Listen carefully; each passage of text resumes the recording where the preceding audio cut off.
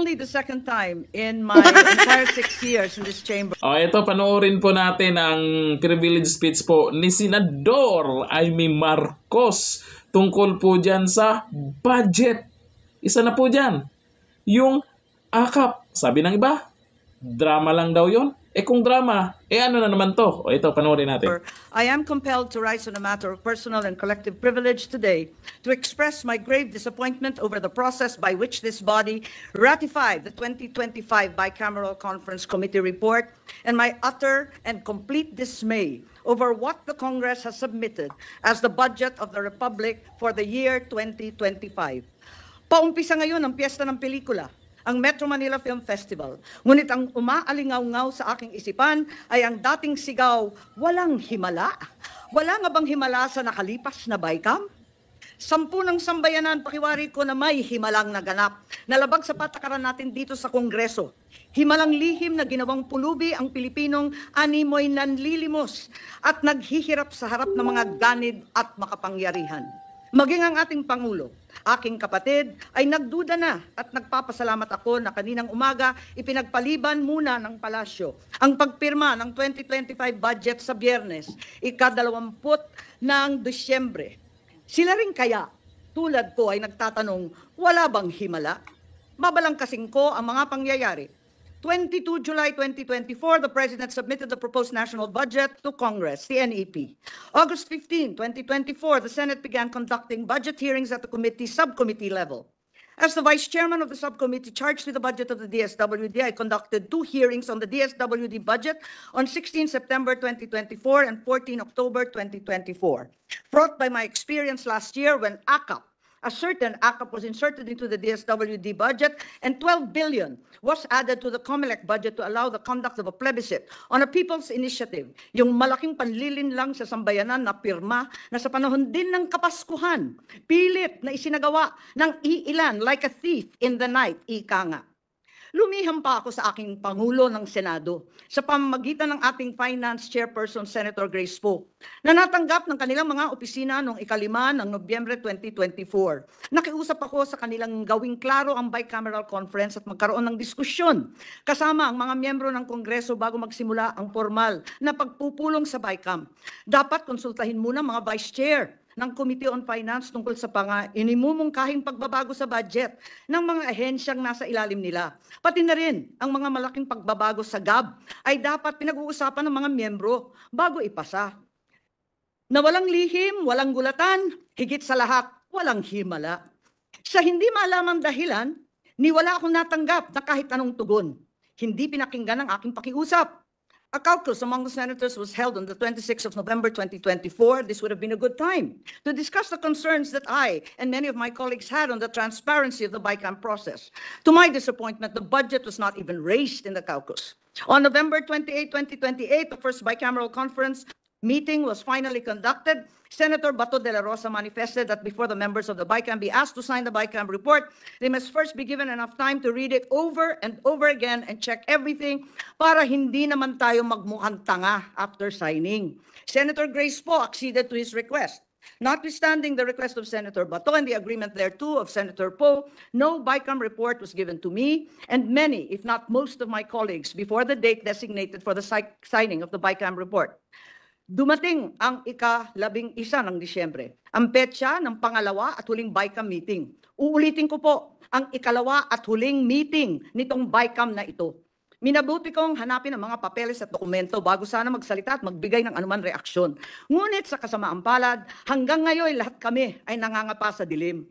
Walang mga detalye o paliwanag, ni walang konkretong numero. Ang tanging hawak ko ay ilang datos ng DSWD na tila nilapastangan, sabay ang PhilHealth, sabay na rin ang DepEd. Kaya't sa kabila ng pagnanais kong makisama, hindi ako pumipirma sa kahit anong papel hinggil sa BICAM report na yan. At nagsusulong magbawas ng pera sa mga lehitimong proyekto para lamang ipasok ang AKAP, lakihan ng labis-labis ang MAIP, at pagpiestahan ang DPWH.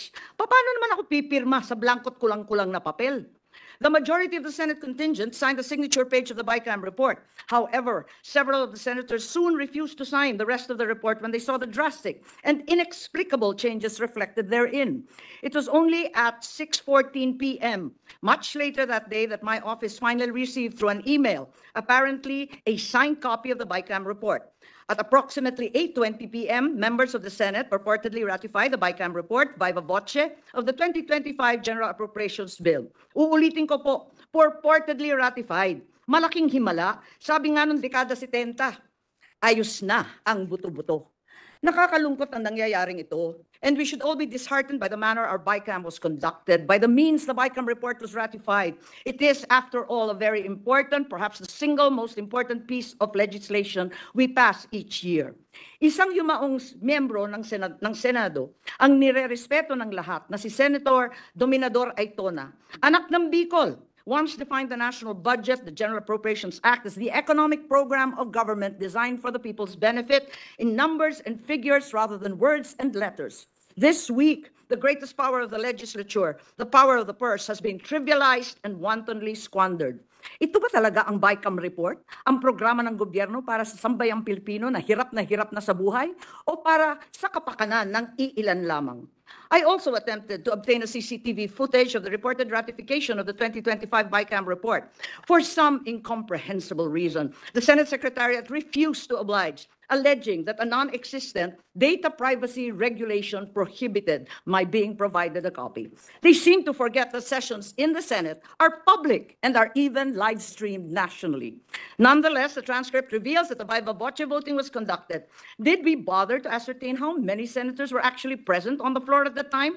I certainly was no longer there, and so many other senators had determined to depart. Would it have hurt to check if, as a parent, on so many other online videos, there were a mere 13 members present? As already pointed out, some of the members of the Senate only signed the signature page. After years as the Appropriations Vice Chairman for the opposition in the House, I know that it is custom and tradition as well in the Senate to sign each and every page. And since some of the senators, having never seen the BICAM report until that instant, refused to sign all the pages in the Senate copy of the BICAM report, would it not have been prudent to determine why did they refuse before proceeding to ratify it? Napirmahan nga ba ito? O isa na namang himala ang buo, kompleto, kada pahinang pagpirma ng mga senador natin? More disturbing is the fact that the BICAM report was ratified even though at the time there was no final version of the 2025 GAB report. Is it not the BICAM report that was supposed to embody all the changes that the bill had undergone during the BICAM conference? How can the BICAM committee release a BICAM report for the 2025 GAB when the actual 2025 GAB was still being finalized? Sunod-sunod, linuluto pa, at walang patid ata itong kababalaghan.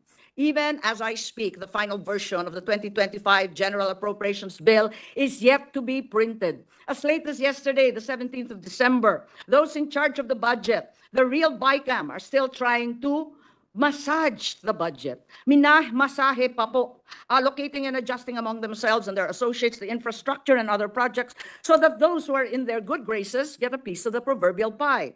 Some may argue that what will be contained in the GAB is reflected in the BICAM report and that therefore it's not necessary for the GAB to be finalized before the BICAM report is released. Allow me to show you what the 2025 BICAM report actually looks like, at least in general terms. As an example, the DPWH budget has now bloated to a 1.113 trillion. The BICAM report shows that a total of 350,483 was added, while 61.834 was deducted, resulting in a net increase of 288.65 from the BICAM bill.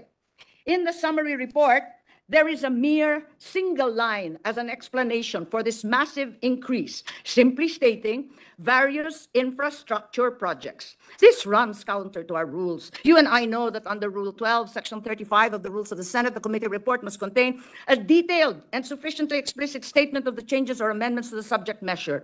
The same section also provides there must be a comparative presentation of the conflicting House and Senate provisions and a reconciled version thereof, along with the explanatory statement of the BICAM. Instead of that detailed explanation and comparative presentation demanded by our rules, we only got various infrastructure projects. VIPs pala. VIPs meaning very important persons. Sino-sino kaya sila? Gaya na sambit ko, hinihimay pa ang himala. Pero para sa ilang mga VIPs. Real talk, can anyone in this chamber, this August chamber, ascertain what are these infrastructure projects by just looking at the BICAM report? Can any of us determine what is included and comprising the additional 350 additional funding to DPWH, as well as the projects and programs defunded as part of the 61.834 reduction? I plowed through that BICAM report, which I did not sign, hoping against all odds that there was a better explanation somewhere.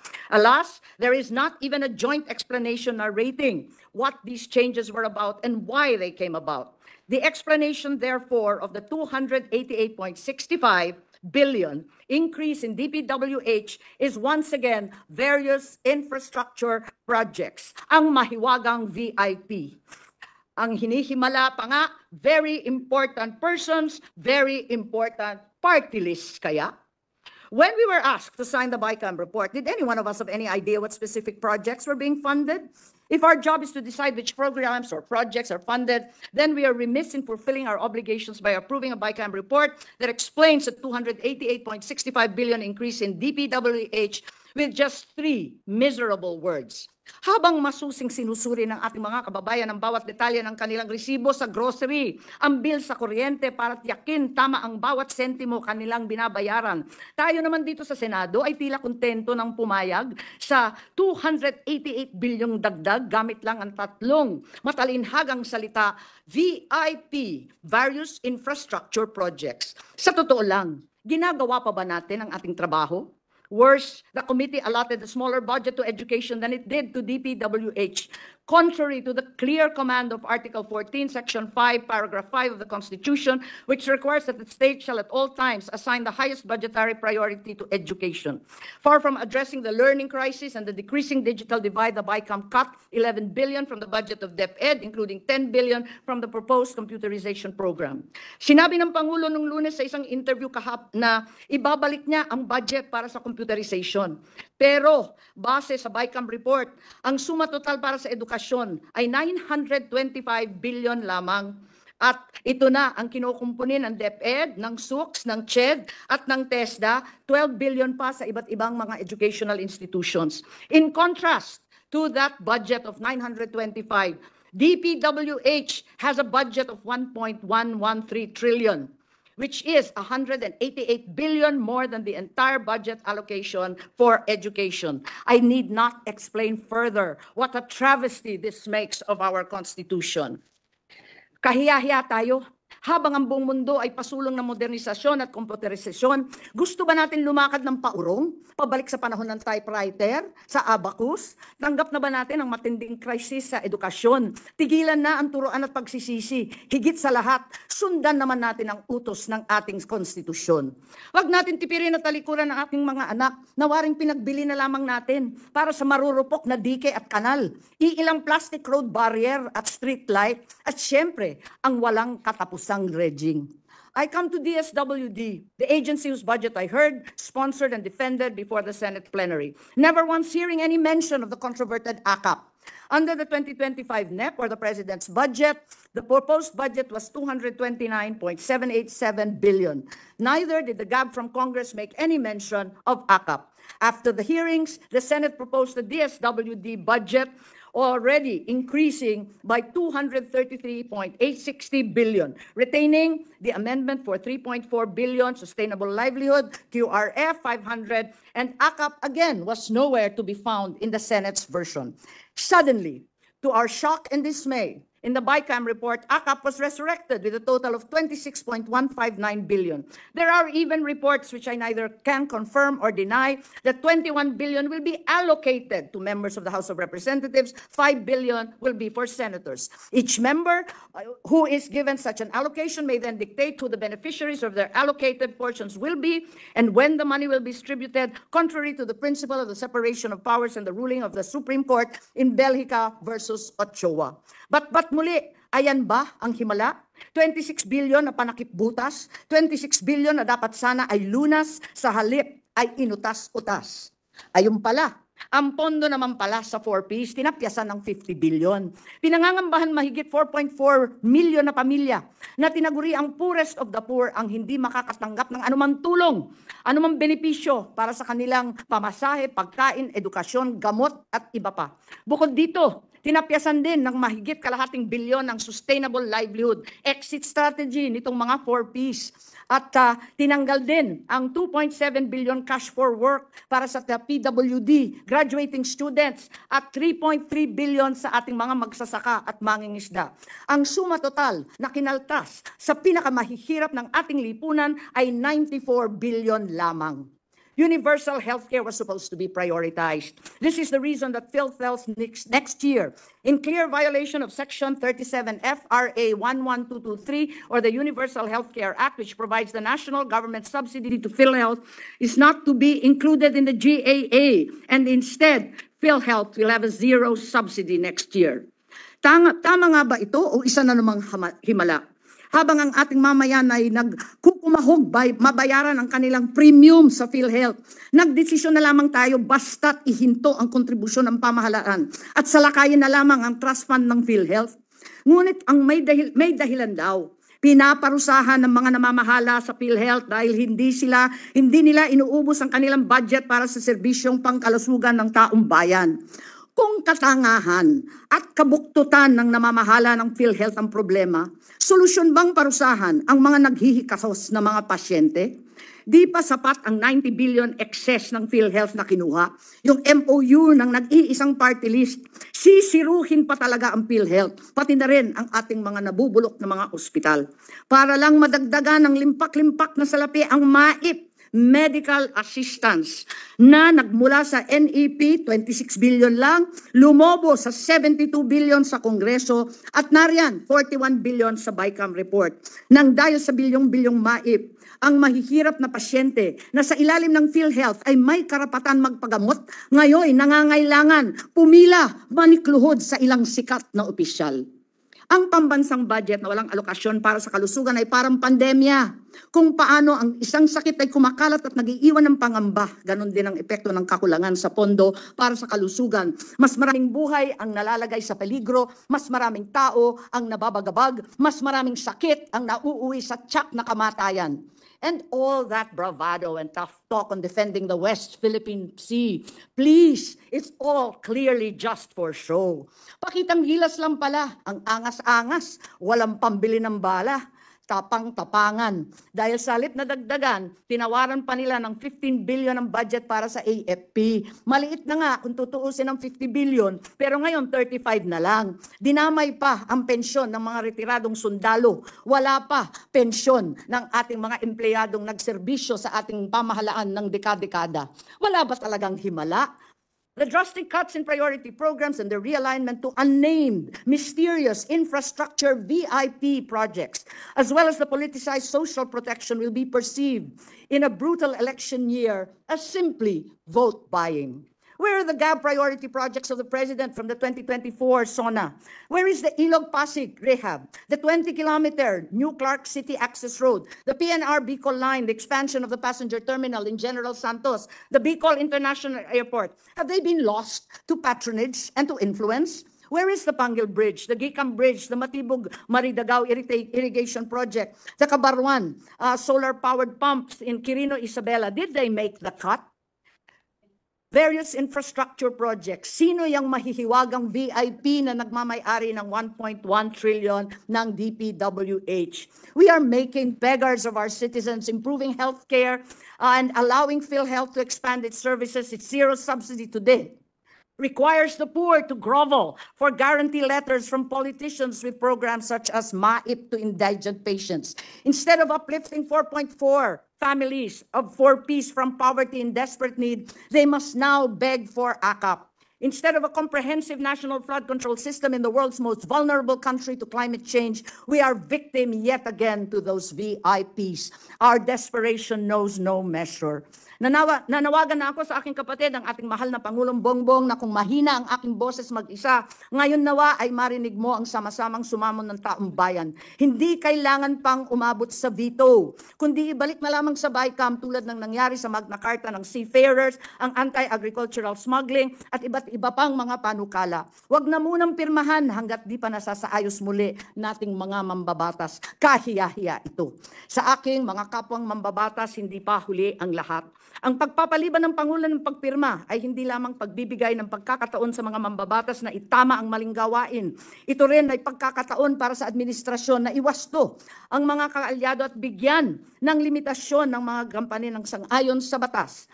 Mahal kong mga senador, may pagkakataon pa tayong ibalik di lamang ang pondo sa wastong proyekto, kundi ibalik rin ang yinurakang dignidad at dangal ng bawat Pilipino. Maari pa natin talikdan ang ambisyon at bumalik sa linya ng serbisyo ng walang halong pamumulitika. Opo, eleksyon na sa susunod na taon. Tatakbo ako. Ngunit kung magpapadalos-dalos tayo rito, ang epekto ay pangmatagalang panahon. Alam ko po, ilang araw na lamang Pasko na. Ngunit hindi pa rin natin pinapahupa ang usapin dahil ang mga sikmura ng mga nangangailangan ay hindi naman nagbabakasyon. Ang mga kapuspalod ay walang selebrasyon. Gawin natin ang tama, ibigay ang nararapat sa karapat-dapat. Hindi ito aginaldo ngayong Pasko dahil yun naman ay para talaga sa kanila. Ang pagtulong ng walang masamang motibo ay regalo natin sa ating kapwa Pilipino. At ang paggawa ng tama ay ang pinakamagandang regalo natin sa ating sarili. Maligayang Pasko po sa ating lahat. Ano, sa tingin nyo, drama pa rin ba yung privilege speech po ni Senador Amy Marcos? Gaya sa sinabi ko po nakaraan, yung Pangulo, kapatid niya. Kung seryoso talaga siya dyan sa problemang yan at ang sigaw po ng taong bayan tungkol po dyan sa budget, bakit ayaw niyang kausapin kahit private? Kausapin one-on-one yung kapatid niyang Pangulo ng Pilipinas. Kapatid niya yun. Siyempre makikinig sa kanya, di ba? Pwede naman niyang kausapin, hindi kailangan magsisigaw dyan na nananawagan ako sa kapatid ko. Tapos may privilege speech na naman. Dapat maganda itong hinihintay ko na marinig galing sa kanya. Yung sasabihin niyang, nag-usap na kami, kinausap ko na yung kapatid ko tungkol dito, ganito yung sagot niya, ganito yung plano, may pagbabago. Wala. Kapatid mo, hindi mo nakakausap, imposible. Kaya yung iba, hindi naniniwala. Hindi natin masisi yung iba, Marcos ka pa rin. At isa pa, tumakbo kang senador sa 2025 election. Sa politics, kanya-kanya ang tactics. Ano kaya sa tingin nyo? Drama pa rin ba? Comment tayo dyan. Hanggang dito na. Thank you. Bye-bye.